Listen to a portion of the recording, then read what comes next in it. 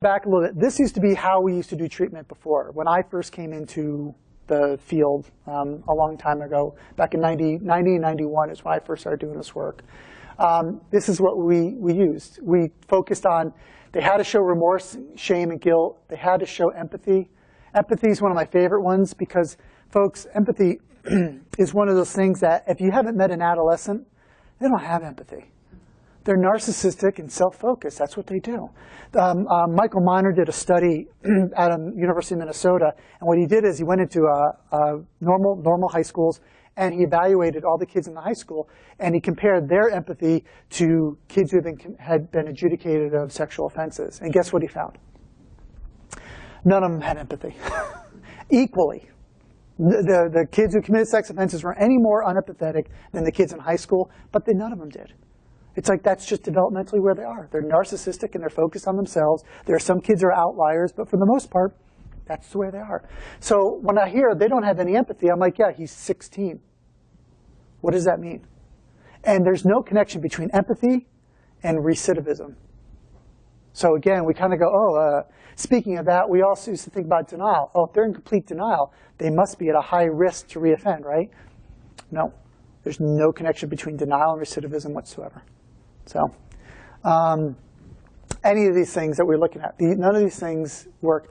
Uncertain sexual arousal, there's a small connection between deviant arousal, and I use that term really loosely. And what Hunter and Becker did is they hooked kids up to what's called the penile plethysmograph. Anyone heard of it before? In the old days, we called it the Peter meter.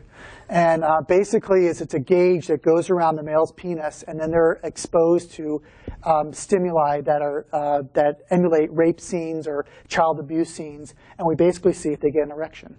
Kind of, medieval in some ways, right? The problem with adolescence is, again, we have no normal stats on what normal adolescents would do. We only did it with these guys. And of course, they came up deviant, but we had no idea to compare. So even when we had that, it's just there's no connection. There's still no solid scientific connection between that. Again, kids develop their sexual preferences and orientation and desires over a course of many years. So you're only getting a snapshot in time, even if you're doing that. So yeah, these are the things we used to go, oh yeah, let's focus on that. And all this stuff, there's no connection between that and getting better, basically.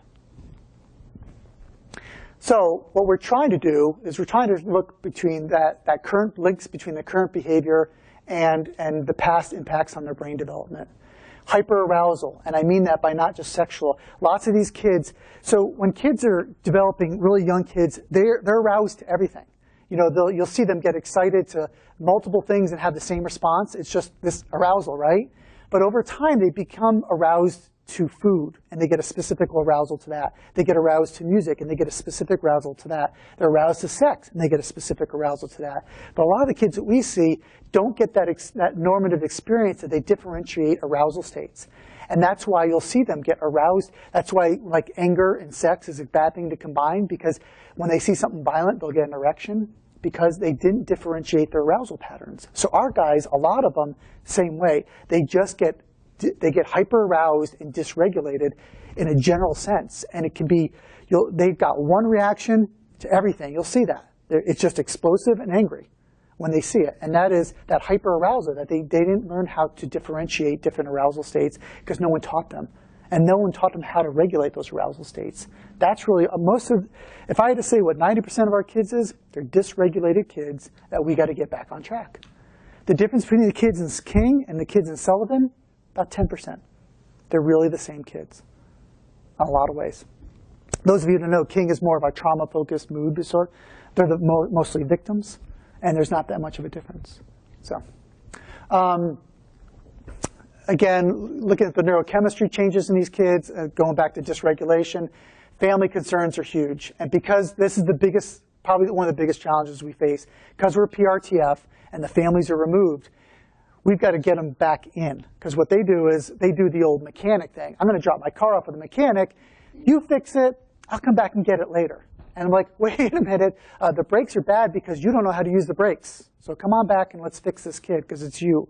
What I tell parents all the time is I'm not a mechanic. I am Home Depot. And that is, I've got a buttload of tools, and I'm going to give you some of those tools, and you're going to try them and see how they work. You might come back and say, Jeff, your tools suck. And I'm like, okay, I'm Home Depot. I got a lot more tools. We're going to try some other things. But you're going to be engaged with this, and you're going to have to be in part of this. Because you may not have created the problem, but you're the one who's going to fix it. And we got to keep them engaged as much as we can. So when we're dealing with them on the phone, and these parents will definitely challenge you in many, many different ways, but it's our job to keep them engaged and not to let them check out. And the same way we don't get resistance with the kids, we definitely don't want resistance with the parents, and just be careful. Don't worry about it. They may be screaming and yelling at you at the phone, but I always tell everyone, don't take this personal. They are screaming and yelling at anyone who's in front of them. It just happens to be you at the moment.